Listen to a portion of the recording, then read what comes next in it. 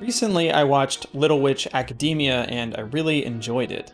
It's a nice tale about a bunch of kids getting into all sorts of comedic hijinks at a magical school, but it's also a heartfelt story about following your dreams even when everything seems to be against you. However, instead of focusing this video on the entire show as a fun coming-of-age story, I want to analyze a single episode that caught my eye, specifically Season 1, Episode 4, titled Nightfall. When the episode starts, the girls Akko, Susie, and Lotte are in trouble for stealing a sweet tart from the kitchen and are forbidden from going into town for a period of time. Lotte is very upset by this because she was planning on going to a festival based on her favorite book series, Nightfall, so the girls decide to stow away in a delivery truck and go into town anyway. Over the course of the episode, they discover that the author of Nightfall isn't the original author.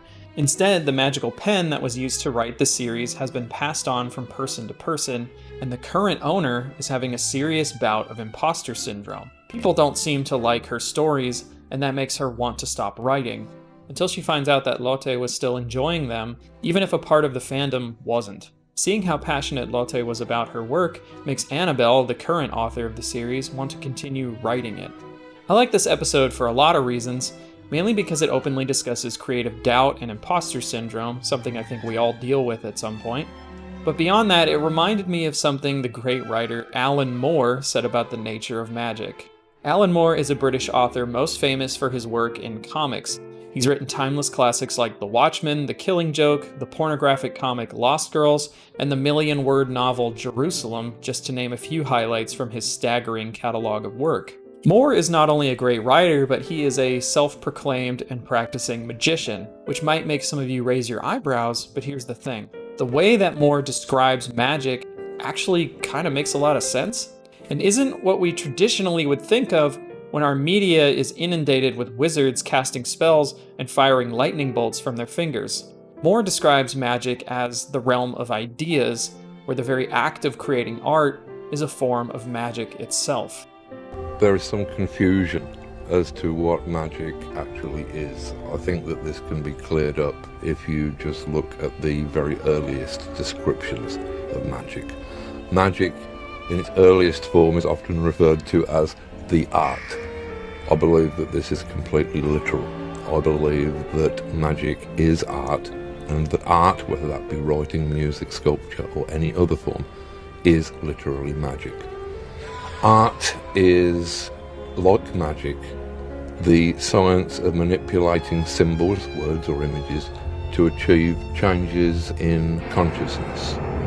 The very language of magic seems to be talking as much about writing or art as it is about supernatural events. A grimoire, for example, the Book of Spells, is simply a fancy way of saying grammar.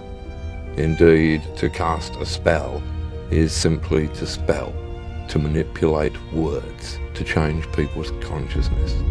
And I believe that this is why an artist or writer is the closest thing in the contemporary world that you are likely to see to a shaman. Writers and people who had command of words were respected and feared as people who manipulated magic. In latter times, I think that artists and writers have allowed themselves to be sold down the river. They have accepted the prevailing belief that art and writing are merely forms of entertainment. They're not seen as transformative forces that can change a human being, that can change a society. I like this interpretation of magic and art because it explains why media is so powerful. The stories we tell each other are passed on from generation to generation, and while the authors and stories may change over time, they can still impact the world around us, and most importantly, ourselves.